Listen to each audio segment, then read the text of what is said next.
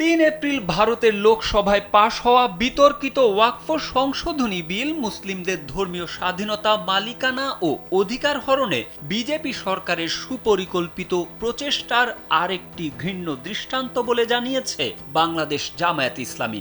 ভারতে মুসলিম স্বার্থ বিরোধী ওয়াকফ সংশোধনী বিল পাশ ও বিজেপি সরকারের ধারাবাহিক মুসলিম বিরোধী পদক্ষেপে উদ্বেগ প্রকাশ করে নিন্দা ও প্রতিবাদ জানিয়েছে দলটি।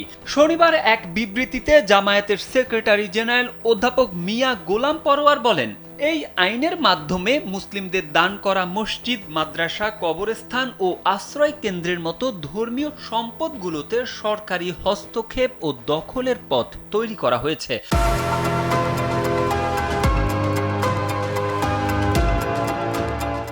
বিবৃতিতে বলেন, সংশোধনী বিলে ওয়াকফ বোর্ড ও কেন্দ্রীয় ওয়াকফ কাউন্সিলে অমুসলিম 2 জন সদস্য রাখা বাধ্যতামূলক করা হয়েছে। ফলে ওয়াকফ বোর্ডের ক্ষমতা অনেকটাই খর্ব হয়ে যাবে, যা মুসলমানদের জন্য চরম উদ্বেগের বিষয়।